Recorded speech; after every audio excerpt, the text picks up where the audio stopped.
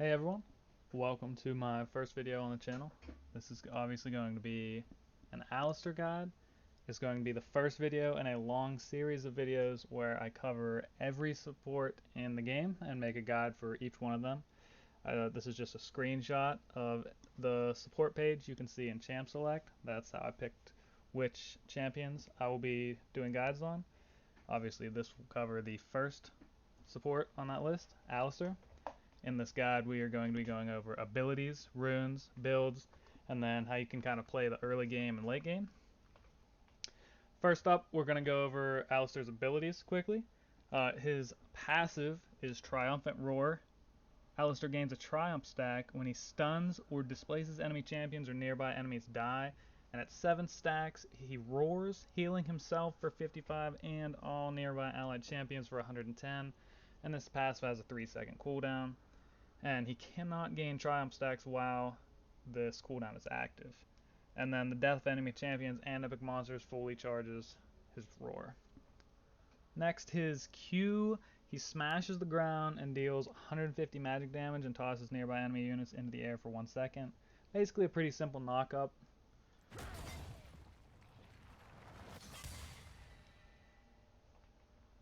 Now Alistar's W, he rams into an enemy, dealing 55 magic damage and knocking them back.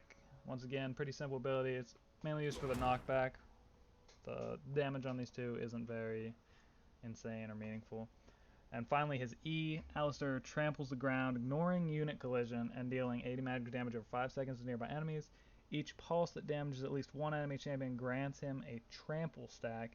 And at 5 trample stacks, Alistar's next basic attack is empowered against an enemy champion to stun them.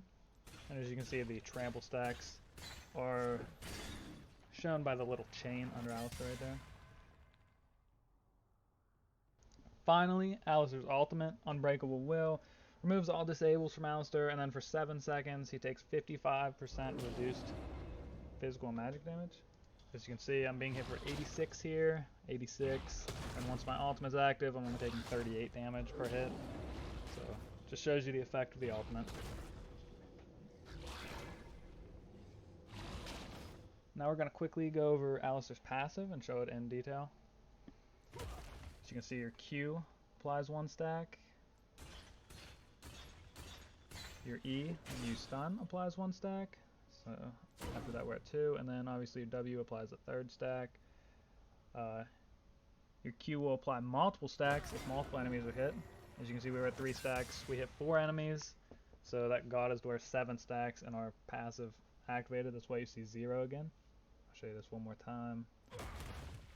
4 stacks, we were at 0. Now we're going to go over some combos pretty quick. WEQ, this is your main combo. You want to W an enemy, press your E as you are Wing to the enemy, and then Q. Another combo is just flash QEW. As you can see here, it can be useful in situations like that where you need to get them under tower or back to your team. Once again, kind of the same principle here. If you want to get behind them. This one's a little trickier because you have to get closer to the enemy to actually flash behind them. Your flash WEQ, this is a very huge gap closer, as you can see there. Now your W flash EQ, this is helpful if you want to try and hit 2 enemies, like shown right there. You W the first enemy into the back one, then you flash and Q them both up. This is your skill order. You're definitely just going to want to max Q first, into W, into E, and then obviously put a point in R whenever you can. Now we're going to go over the runes. There's a lot of different rune choices, so these are going to be subjective. I'll kind of go over the different options you have. These are based on a lot of different pro builds I've seen, a lot of different high rated Alistar 1-tricks and Alistar mains, and this is what they take. Aftershock, you are always going to want to go Aftershock pretty much no matter what. I don't really think there's any situation I could imagine that you would want anything other than Aftershock.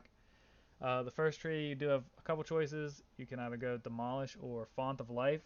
The next tree, though, you're always going to want to take Bone Plating pretty much. In the final tree, you can choose between Overgrowth or Flinching. Both of these are taken. So Once again, kind of a preference thing from what I've noticed. In secondary tree, you're pretty much always going to want to take inspiration. It's generally the go-to for almost all Alistars that I've seen. There are several choices you could take in this tree though. The first one will be Hextech Flash Traption. Is an option taken by a decent number of Alistars. And then after that, as you can see, it's just kind of preference after that. Futures Market, I've seen some take. Minion Dematerializer, Biscuit Delivery, and Cosmic Insight have all been taken. So it just depends on your playstyle, your preference. It can depend on the matchup. And then obviously the offensive and defensive tree, the smaller tree down below, that's really matchup dependent. You're almost always going to want to change these basically every game based on your matchups. If you just want a general build just to get started for runes, I would say this is a safe tree to go. Aftershock, Font of Life, Bone Plating, Unflinching, Hextech Flash Traption, Biscuit Delivery, and then you're going to want to go CDR, Double Armor Runes. This would be a safe page, I would say, that if you just have no idea what to play and you're trying to pick up Alistar, I'd say try this out first. And then obviously, you're almost always going to want to go Flash and Ignite. There are very few situations I would say Exhaust is better than Ignite. So once again, if you're just looking for what to pick, just trying to pick up Alistar, I would say almost always go Flash Ignite. Now we're going to go into the Alistar builds. We're going to go over some starting items. And once again, these items are from what I've seen other Alistar mains and professionals who play Alistar go. So you're going to want to always start Relic Shield and 2 pots. You're going to want to rush Moby Boots and finish Remnant of the Aspect, which is the final upgrade of your Relic Shield. You're going to want to rush those 2 items. And then after that, your core items are always going to be Zeke's Convergence and Knight's Vow. And then your final slots are going to be for Locket of the Iron Solari, and then a Redemption. And then obviously make sure you are picking up your pink wards in there as well.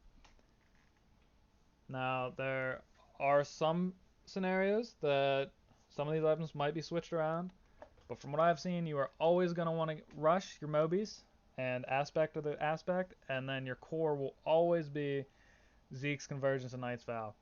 I would say the Locket and Redemption are interchangeable sometimes, but the rest of it I'd say is very standard. Next, we're going to go over some early game, and this will include the laning phase mostly. So during the laning phase, you're going to want to look for good opportunities to use your WEQ combo. It'll be your main combo. That's right here. You see we can W in, Q both of them, get our E off, stun the ADC. You can see get a lot of damage onto the ADC, get both summoners out of her.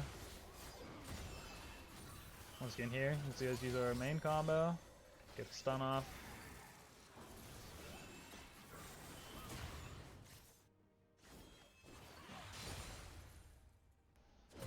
Once again, main combo. And pick up the kill right there. You can see they're actually engaged on my Varus here. I go straight for the ADC. As you can see, because I have my ult popped, I'm really not taking that much damage.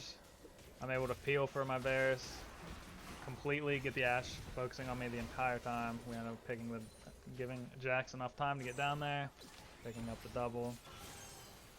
Here you can see I flash to Syndra E, and then knock her up. We get the kill on Syndra and Yuumi there.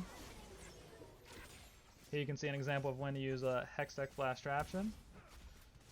Over that wall is a really good spot to use it, because they won't be expecting it if they're hitting your tower.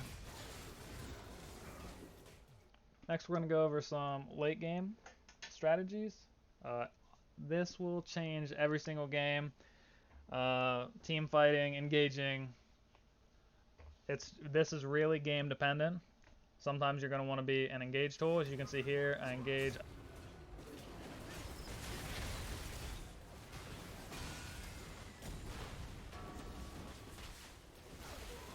I do go down there, we end up getting the Braum right there, and then eventually we do get the Ziggs as well, so...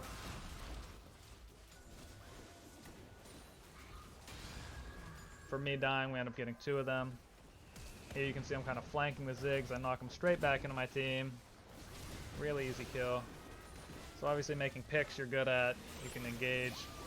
Here I just wanted to show we get the Yuumi off of our team. And she ends up I do go down, but she also goes down. Here's a good example of peeling from a Varus.